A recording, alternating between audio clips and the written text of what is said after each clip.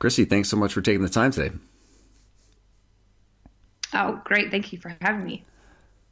Terrific. Well, maybe we can kick things off here today by you telling listeners a little bit more about your background and your journey to your current role and areas of focus. Absolutely. So, currently, I am a lecturer at Edith Cowan University, which is located in Perth, Western Australia, also known as the most isolated city in the world, but in Nice, my nice. humble opinion, yeah, one of the most beautiful cities in the world.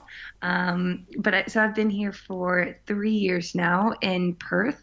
Originally from the United States, I received my master's and my PhD in exercise physiology from the University of Oklahoma, and that's where I fell in love with research and specifically my love of creatine, where it was down in the lab in Norman at Awesome. OU, working with Dr. Stout. So my thesis actually involved creatine supplementation. I was interested in looking at some of the aerobic or potential aerobic benefits of creatine, thinking that if it helped with interval training and allowed individuals to or enabled them to do more work or more bouts of work during intervals, if over time, if that could lead to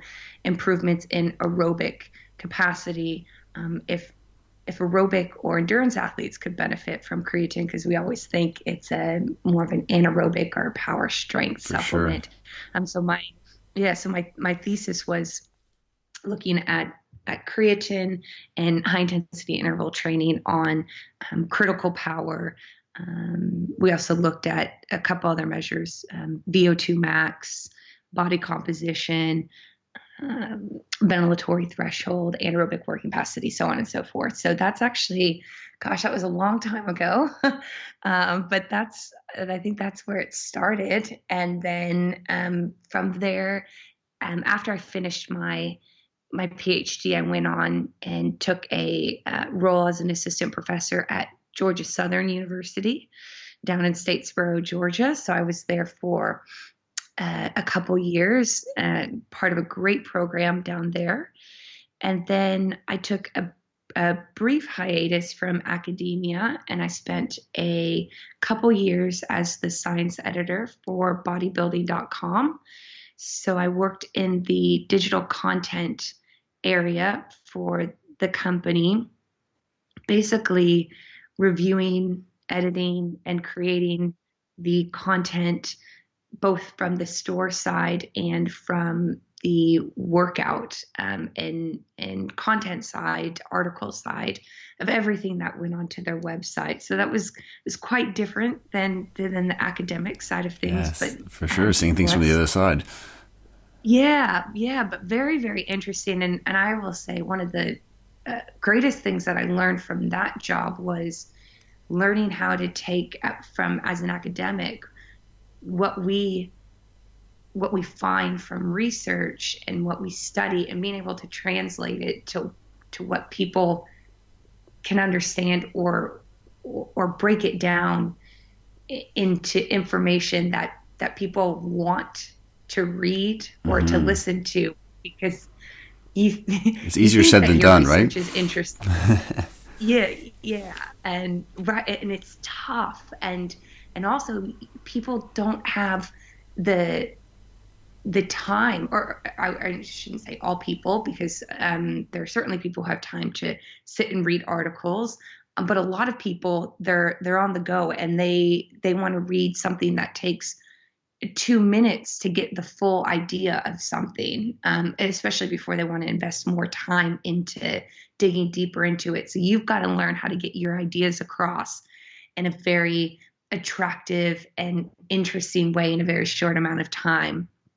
And so, yeah, working for bodybuilding.com, yeah, it was a very great learning experience, and again, another great team that I was privileged to work with. And then after that, that's when I made the big jump over to the other side of the world. And Yeah. So I now think it's got to be exactly the other side of the world. yeah. I joke with my family. I was like, I couldn't have picked a further away place Yeah. to move away from Get those air miles than racked up. yeah. Yeah, so that's brief background of where I am now.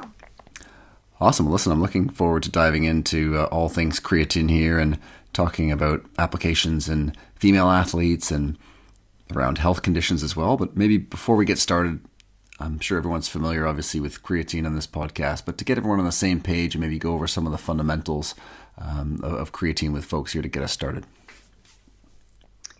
Yeah, so to put it into its basic terms, or how I like to tell my students when I'm teaching it in class, is I just think of creatine as energy, as a way that your body can use energy, and our body makes creatine. We can consume it naturally in our diet, so it's naturally occurring. It's not anything that's foreign or that's illegal or steroid. The problem with, and why we recommend supplementing with it, is because we do excrete it via urine on a daily basis. And so even with what we make naturally in our body, and if we consume a meat-based diet, we consume chicken and meat, it's unlikely that even with that, we get enough to offset what we lose daily. And so hence why we recommend supplementing. So every process in our body, whether it's doing activities of daily living, whether it's working out, whether it's doing a math exam, and you're having to think and process, every process that your body is doing uses energy, and your body's basic form of energy is ATP, adenosine triphosphate. And in order to replenish or to maintain stores and enough ATP that you can continue to do any of these processes, to continue to live, essentially, you need to maintain stores of ATP. And we do that by, not to get too sciencey, but by taking a phosphate from stored creatine and donating it to make ATP. So the more creatine we have stored, and we store it as creatine phosphate, the more creatine we have stored, the more ATP, the more energy that we have available in our body to do basically every living process that occurs on a day-to-day basis. So, in its simplest form, creatine should be thought of as energy, or a precursor to energy. Yeah, it's such a fascinating point around just everything that's occurring in the body requires this energy, requires the ATP. And as you mentioned, our rates of endogenous synthesis, and of course what we're consuming is being offset by what we're excreting. And so this role potentially, what we've seen obviously in the research, and better than anyone, of all the benefits of supersaturating and getting even greater concentrations. And so when we look at supplementation, we often see research done in men when it comes to sport and otherwise. And when we talk creatine supplementation for female athletes, oftentimes with recreational clients or more elite clients, there can be some hesitation with taking creatine with female athletes. Could you give us a few reasons or things that you've come across in that hesitation of wanting to add that into their supplemental repertoire?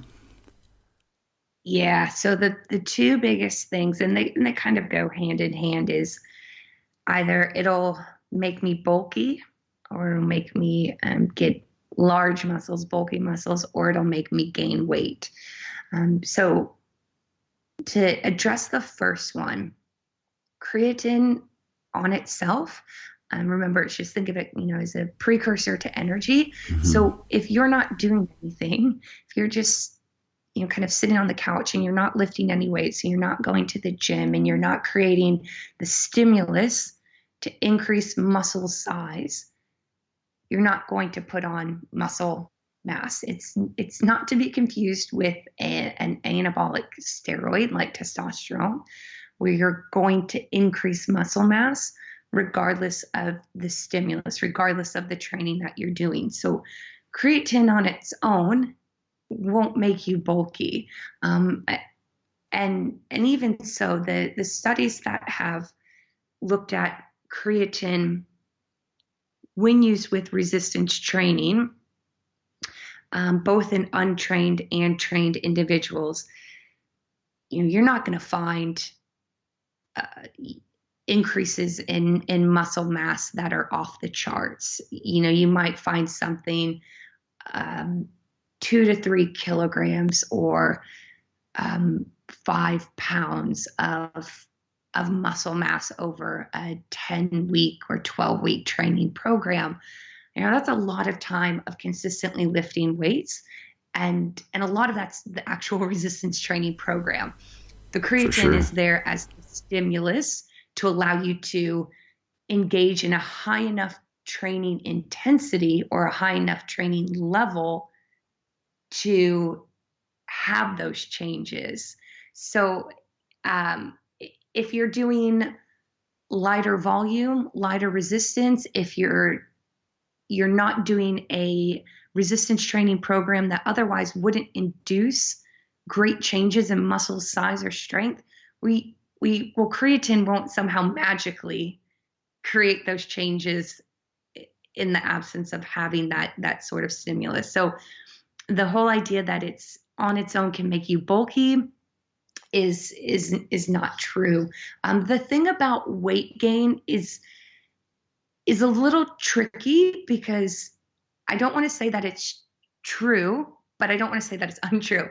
There are cases where creatine can cause short-term weight gain, because when you take creatine in, it will pull in water into the muscle cell. When creatine enters into the muscle cell, it pulls water in with it. When we typically see that, it's with loading protocols. So to just briefly explain what I mean by loading protocols, when we supplement with creatine, we typically have 2 different protocols. One is a loading protocol, which is taking 20 grams a day, broken down into 4 5-gram doses throughout the day, which would equal 20 grams. And you do that for 5 to 7 days. That protocol, which has been shown to maximally saturate your creatine stores within a week, has been shown to lead to about 2 to 3 kilograms, or about, on the maximum side, about 4 to 5 pounds of water weight gain in that week. And that's more prevalent in males than females. However, that does taper back down in the following weeks, because that's just water weight. You're not gaining fat. You're not gaining muscle in a week, unfortunately. It would be great, wouldn't it? On 5 pounds of muscle in a week. That's just water weight. So you can feel a little bit bloated, or some people may claim that they feel a little bit bloated. If you want to counteract that, what I tell people is to do a low dose protocol. And it's what I actually recommend most people do, unless they are in a situation where they need to maximally increase creatine stores in a week, if that's because they're competing or they have an event where in a week where they really want to have stores of creatine saturated. If you're not in any rush, if you're taking it for a day-to-day purpose, we typically say anywhere from 3 to 5 grams, more so based on body weight. If you're lighter body weight, probably 3 grams. 70 kilos, or I always try to, off the top of my head, convert to pounds, because I know that some people are pounds and kilograms, but I would say 70 kilos or about 150 pounds. Krissy, if we can also circle back to your work around aerobic performance, because I think this is another area where, again, as you mentioned, people don't automatically think of creatine supplementation for aerobic performance or even on the recovery side of things. So maybe you could talk a bit about the effects of creatine for aerobic performance. Absolutely. So this kind of started in my early work, as I mentioned previously with my thesis, or my master's thesis was looking at creatine and interval training or high intensity interval training and its effects on improving some aerobic measures. And we've seen since then, and I'm not the only person who's looked at that, it's been looked at in other areas, but we know that endurance athletes will often have different forms of training. They don't always do long, continuous, steady state type training. They often do, will have a component of interval or fartlek or non-steady state sort of training where their body will be more reliant on anaerobic energy systems. And anytime we start to work at higher intensities, it is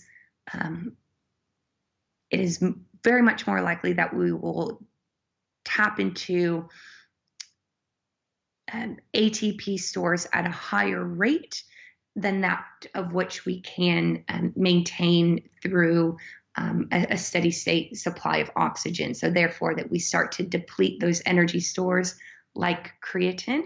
And so therefore by supplementing with creatine and having increased stores both before we start training, but also being able to replenish at a faster rate during training, being able to replenish ATP at a quicker rate during training because we have more creatine and phosphocreatine in our body, in our muscles, we're able to maintain higher intensities and recover faster during things like interval training. So during workouts, we've seen that we're able to complete more work bouts, but also complete them at a higher intensity.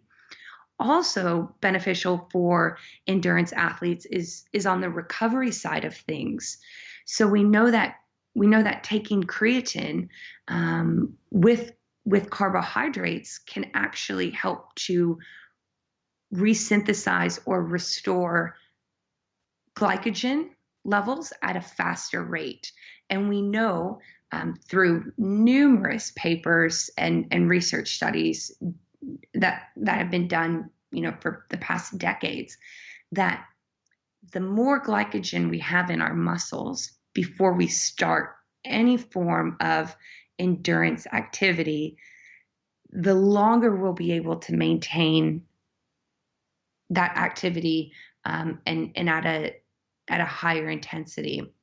Right? It's thinking about, it's like, you've got fuel in your car. If your tank is full, you're going to be able to go longer or drive further in your car than if your tank was half full. It's pretty common sense.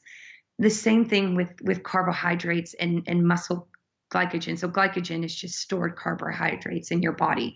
So the more glycogen you have before you start activity, before you start exercise in your body, the longer you're going to be able to maintain intensity and maintain your exercise level compared to someone who doesn't have as much glycogen or carbohydrates available. And we know that creatine can assist with that. So another benefit to endurance athletes is taking creatine, not just for the training purposes, but for the recovery aspect as well. Yeah, it's, as you mentioned, those intense sessions that you do as an aerobic athlete, being able to increase the intensity of those sessions, the work you're able to do and facilitate greater adaptations is such an advantage. And of course, on that glycogen replenishment side as well, we know that at intensity, it's going to be directly proportional to glycogen stores. So that's such a key component. And when we look at some of the, again, persistent myths that might hang around that might dissuade endurance athletes or runners from using something like creatine, cramping and dehydration are often two of the ones that I hear from clients or athletes. Can you shed some light on what the research tells us around whether or not those are things to be concerned about? This one I always get a little laugh at because I hear it all the time. It just won't die, right? Dehydration. And there are several studies, and I say long term, multiple years, where they'll work with teams, athletes, and administer them creatine, and have actually found that those who are on creatine have fewer incidents of heat-related injuries, illnesses, cramping, dehydration. And if you look at the mechanisms of creatine itself, in which it brings water into the muscle cell, it's actually doing the opposite of what dehydration or cramping would be. So fundamentally, I just think this is so backwards. Why do people think that it causes cramping or dehydration? It's actually should be used for thermoregulation. And I would recommend people who do train in hot or humid climates, or who are exposed to those elements, who are at risk for dehydration, to consider using creatine, because we know some of the work that's been done there. There are two studies that were published in the early 2000s out of University of Memphis, when Richard Kreider and Mike Greenwood were there, and they had some great studies with the football team, American football team that was out there, and they had the athletes on creatine, well, placebo or creatine, for just about 2 years, which is one of the longest studies we have in creatine. It's hard with supplement studies to get people to be compliant for that long, right? Yeah, that's tough. Humans, it's hard to work with humans. For sure. But they had the football team, either half of them split, either taking creatine or not, and monitored them for 2 years, both bloods, different organs, renal or kidneys, liver. They looked at heat, illness, other injuries, and both throughout the entire year, but paying close attention to off season and preseason, when they're training outside in gear, in Tennessee, in Memphis, when with the humidity and heat, I can only imagine what the temperatures were getting up to. And bottom line, what those papers will show you is that the groups, the individuals who were on creatine had fewer rates of cramping, heat-related injuries or illnesses, and when they had their blood work done over the course of 2 years, had no changes in renal markers, no changes in liver enzymes, or any other blood markers that were done. So suggesting that at least what we have for long-term studies, that there doesn't seem to be an effect with taking creatine daily. They were doing a low dose daily supplementation with creatine. And there have been other studies too that have looked at creatine and dehydration. There have been systematic reviews and have found that overwhelmingly there's no support to suggest that creatine leads to dehydration. Overwhelmingly support that it does not lead to muscle cramping. There are some anecdotal reports, and I don't want to ignore those, for people who have GI distress to taking creatine, and that can sometimes be caused by loading protocols. And that's because when we do loading protocols, which again is 20 grams of creatine a day for 5 to 7 days, we recommend drinking about a cup of water or 8 ounces of water every time you take Each your dose. dose of creatine. So that's a lot of water. And some people will have GI distress from that. They'll have bloating, or they might have an upset stomach from that. And that's, in all fairness, that can happen. And again, what I will recommend is to do lower dosing from that, so that you don't have to consume as much water with each time you supplement, or each time you take a dose of creatine. Absolutely. I mean, definitely makes sense. And as you mentioned, it is really compelling when we look at the ability to maintain body temperature and hydration status in hot and humid environments. I mean, that is an absolute game changer for a lot of athletes in different scenarios. So definitely one for folks to make note of. And obviously, endurance athletes can struggle with this. Bone mineral density. If we segue over to that, athletes who need to make weight. Runners, endurance athletes, female athletes as well, obviously being potentially more susceptible. So when we talk about things like osteoporosis or maintaining bone mineral density, we know that as women get older, they're going to be more likely to experience fractures due to osteoporosis.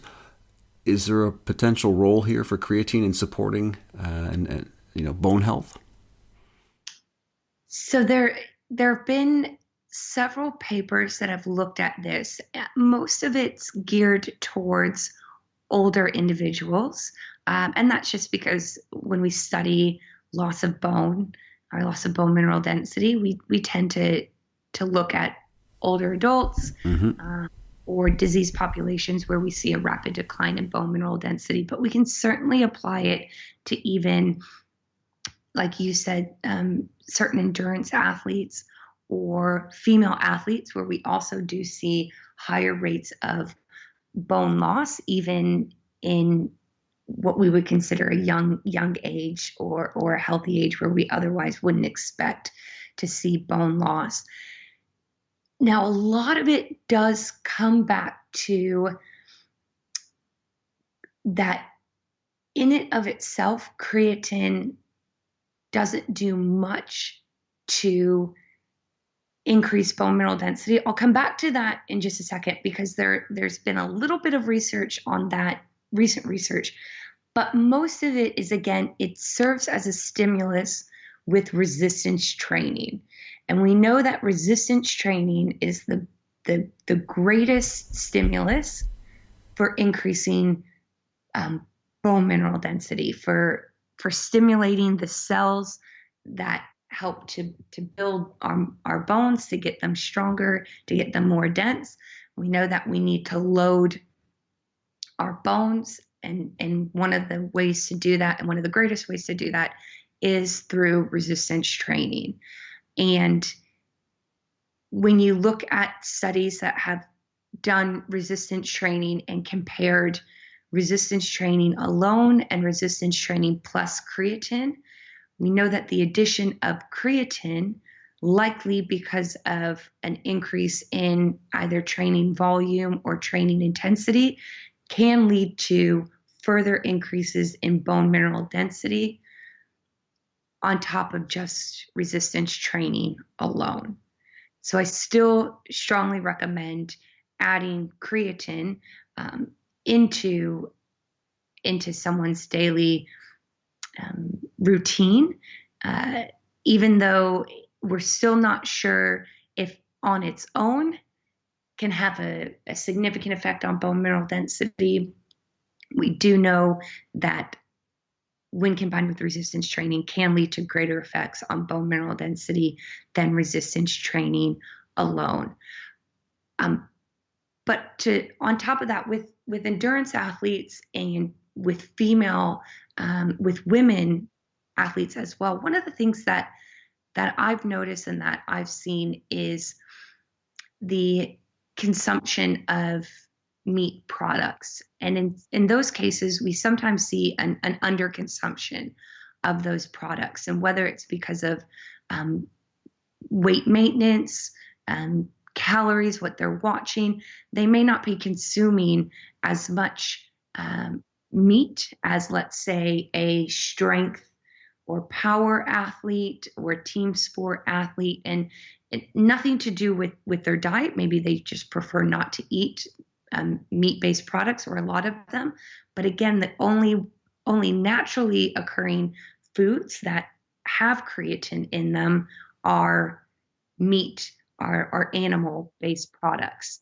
So if they are not consuming those products in their diet alone, and as I mentioned before, they're losing them on a daily basis, it's even more reason to consume it through a supplement, because of the type of training that they're doing. They're more likely to be at risk for things like stress fractures and loss of bone content. If, for example, they're a cyclist and they don't do a lot of weight-bearing activities, we know that cyclists, for example, have lower bone mineral density to age-matched counterparts. So another example where an endurance athlete could benefit from creatine, if they are concerned about weight gain, because I'm very respectful that endurance athletes do have to be mindful of their weight. For sure, yeah. Weight to power ratio on a cyclist or in a long marathon makes all the difference, right? It absolutely, even a small amount. So with supplements, and I teach about this in my classes, is you can do supplements. You can take supplements on a periodized program if you don't want to take them year round. So you can take them during times where you're not competing, in an off season or preseason, and taper off of them, so that any excess water weight that you may be carrying from creatine, if you take yourself off of creatine 4 weeks before any competition or event, your weight and any excess water weight that you're holding on to should be gone. And yet you've been training with creatine, so all of the training benefits you'll hold on to. Any excess water weight you'll be free from. So you can still take it, just be mindful of when you're taking it, and periodize it with your training program. And I did just want to, because I know I mentioned it, I want to just briefly say there have been a couple reports, mostly in animal studies, but it's something that I've been keeping an eye on with creatine and bone. In the absence of resistance training, there have been a couple studies that have looked at creatine as a stimulus for osteoblasts. So osteoblasts are cells that stimulate bone growth. So there's some really early work, and I'm very intrigued to see where this field goes and where this research goes. But in the absence of any form of training, so without resistance training, that creatine may be able to stimulate the pathway known to promote osteoblast cells. So I think that we may see some research in that area, but ultimately I think that that creatine does have a role in bone health. Yeah, I mean, great points there, especially with regards to periodizing that supplementation depending on your sport, because just as you mentioned, you can get all those benefits, and then just timing that washout period so that you can then flush out any excess weight and whatnot for competition time. And when we talk about athletes, especially if it's an endurance athlete, maybe again a plant-based athlete, as you mentioned previously, the levels will be obviously lower in a vegetarian or vegan athlete, and so there could be even more bang for our buck, right, in terms of supplementation, of adding that creatine in for those individuals as well. And so important for them to be mindful of that. And again, if we shift gears from bone to the brain, and I know that there's a lot of compelling new research around the brain, and just as you mentioned, creatine being energy, and concussions and traumatic brain injury are all over the news everywhere. If it's Canada and ice hockey, or football in Europe and the UK with heading the ball and seemingly every sport in between. How could This, creatine potentially support protection against traumatic brain injuries? yeah, this has to be probably one of my favorite new areas of research that I've been getting into with creatine, is both its potential protective effects, but then also its ability to speed up or potentially speed up the recovery from traumatic brain injury. So I'll start with the first article that caught my attention was actually done in a clinical hospital. And what they did is they had humans, they had people come in. Of course, they were humans Nice. that they had come in and they were diagnosed with a traumatic brain injury.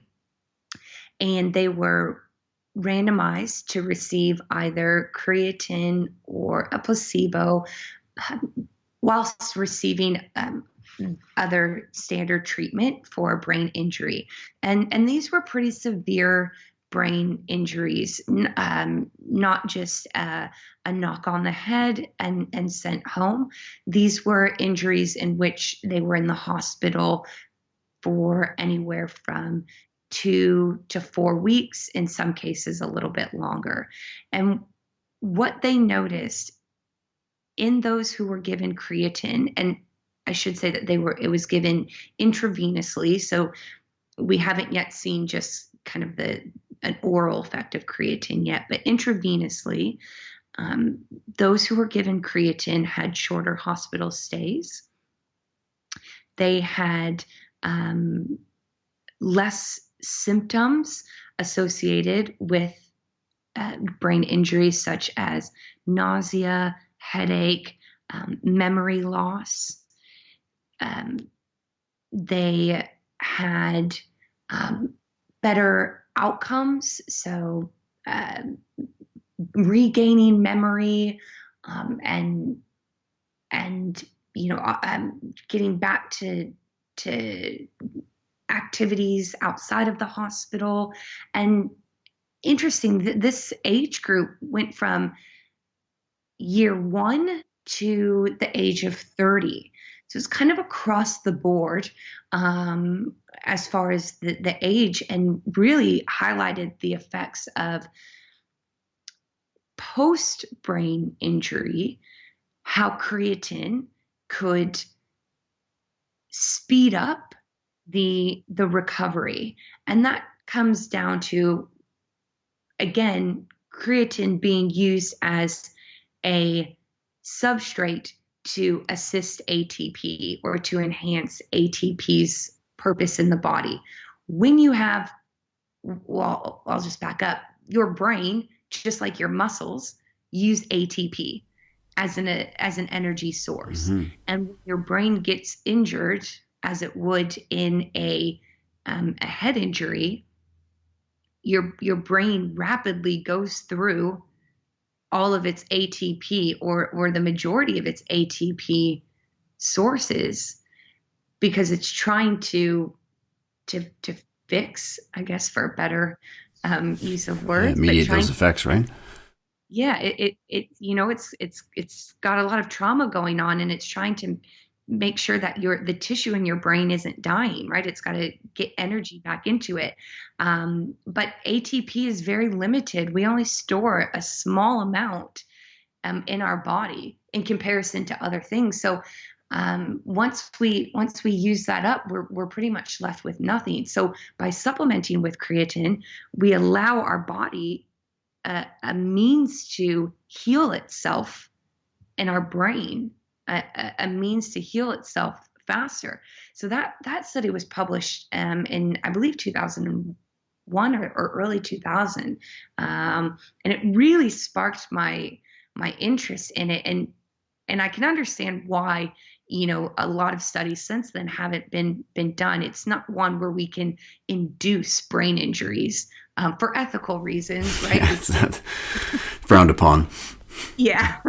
that's tough to get past the ethical board to set that study up.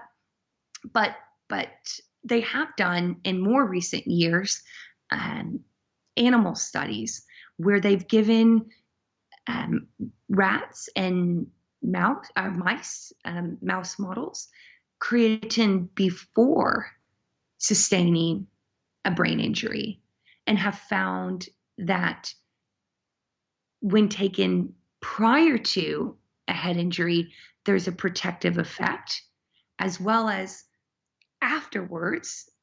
Again, we see that speed up in recovery. So when taken before, what they found is that in the regions that are most prone to damage from a traumatic brain injury, we see less cellular damage because, again, there's ATP available to protect or to maintain the energy stores to rebuild that tissue, to prevent that tissue from dying. And therefore, we see less damage in the cortical area, the brain area that's getting affected. And again, that carries over in the time period following the brain injury, where your body is repairing the tissue and your brain being tissue, is if we've got creatine available already in the brain because we've supplemented with it before, it can speed up at a much faster rate. And what I'm hoping, and some of the projects that I have in the pipeline, is to show that when taken prior to sustaining any sort of brain injury or concussion, because the facts are that pretty much any team sport nowadays, the chances of sustaining a head injury are significant.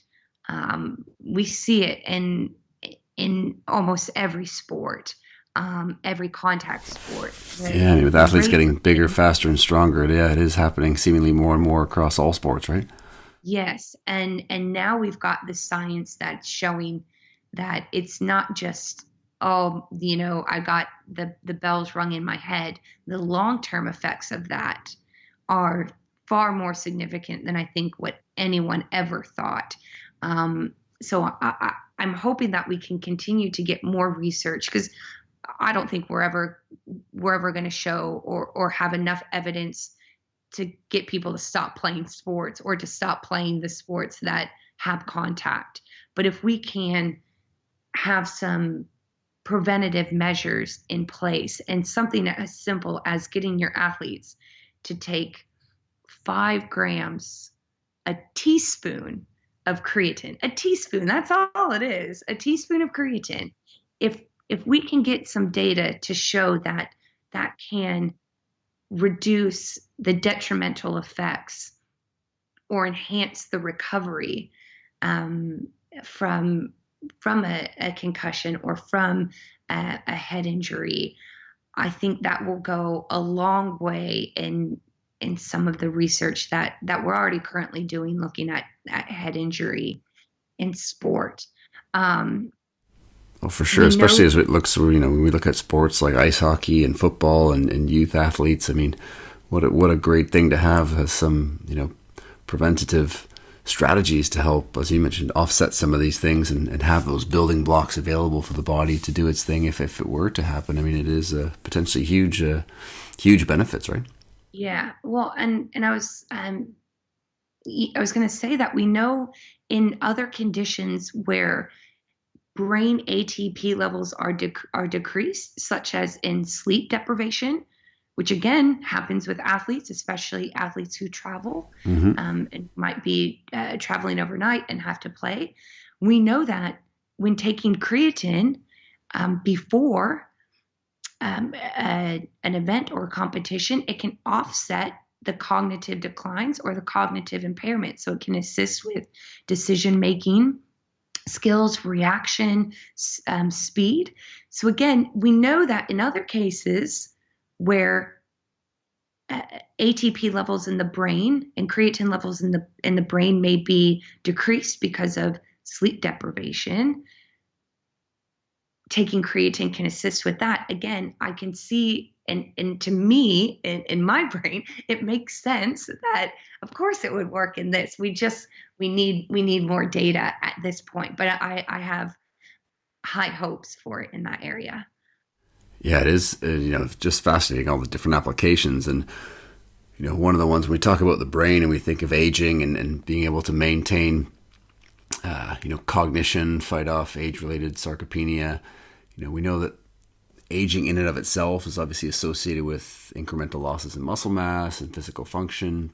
And we do see that stores of creatine are lower in older individuals compared to, and even middle-aged individuals compared to younger ones. Is there, what's the research base here in terms of applications in older individuals with maintaining strength qualities as we get older? There's so much positive evidence for creatine supplementation in older adults.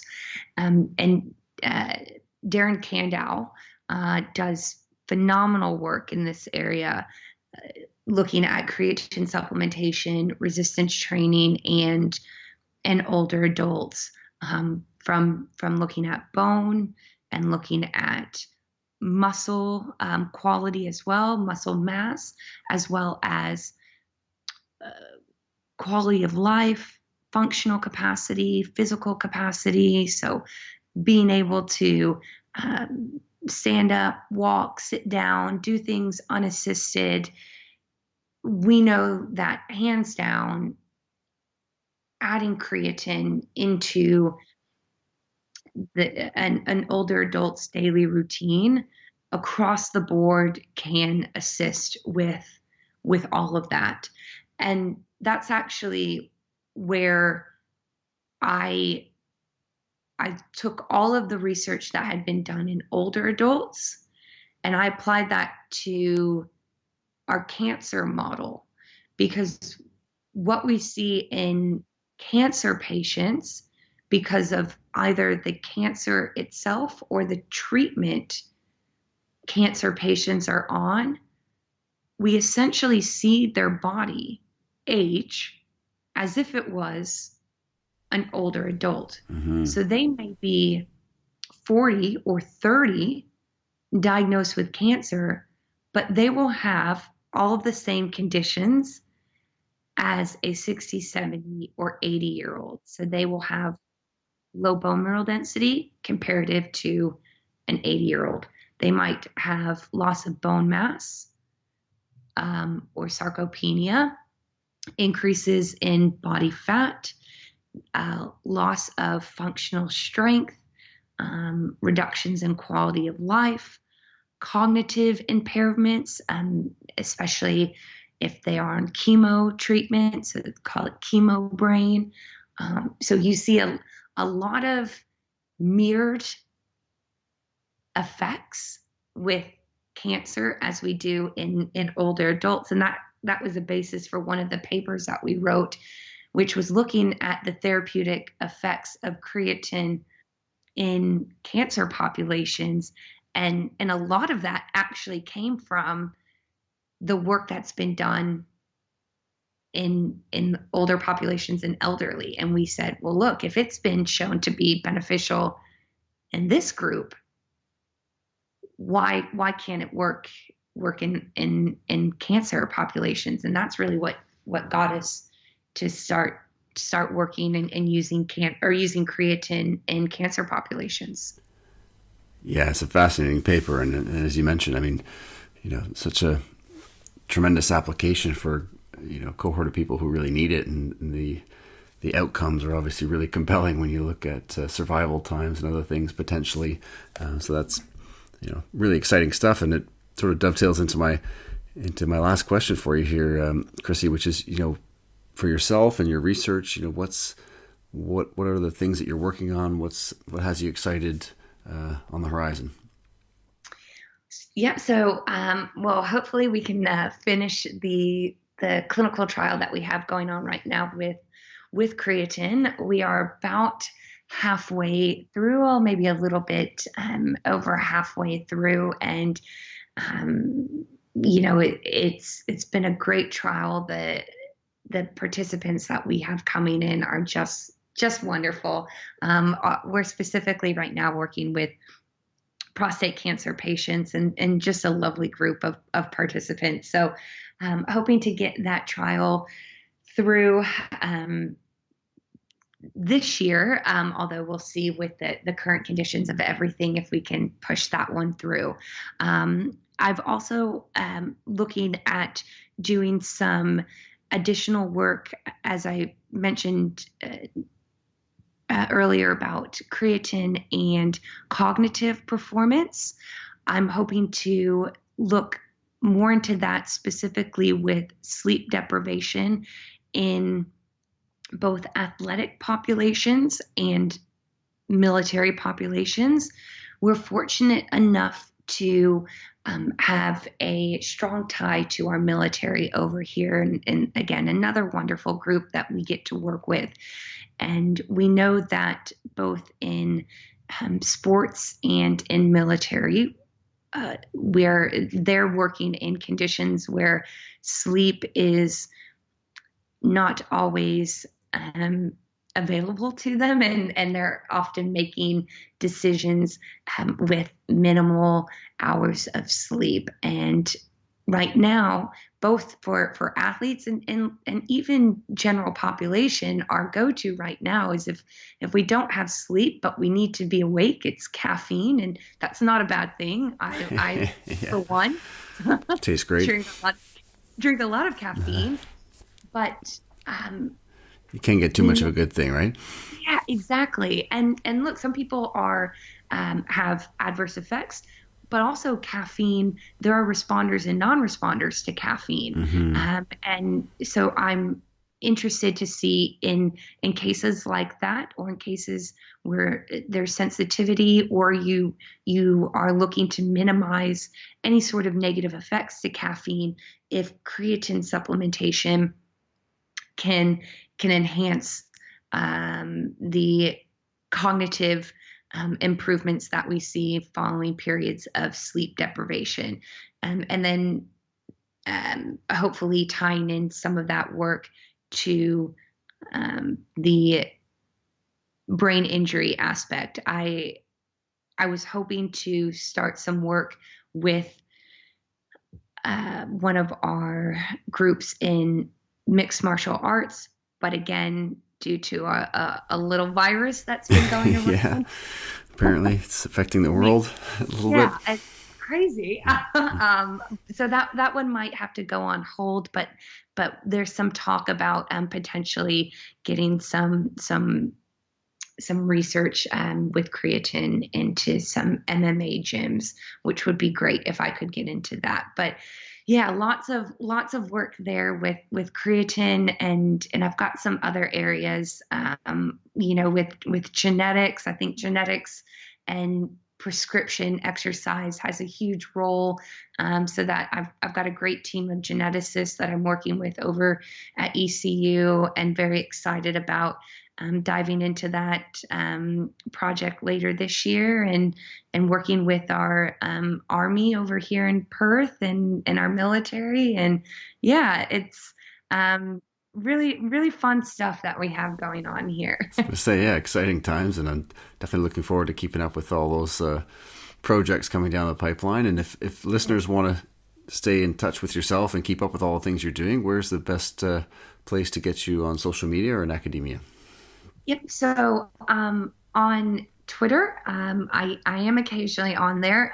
Not always just posting memes about dogs or funny things like that, but occasional academic things. But at Krissy Kendall 1, you can find me on Twitter. And if anything for academia, you can search us at Edith Cowan University. If you go onto ecu.edu.au, you can find all of our university projects, You can go onto our exercise and sports science page. That's actually the center that I work under, exercise and sports science. You can see everything that we're working on at ECU, but you'll also find my contact information there as well. Amazing. Well, we'll definitely include those links and links to some of the papers that we discussed here today, Krissy. And listen, thanks again for taking the time out, and we really appreciate it. All right. Thank you, Marc. Great chatting with you.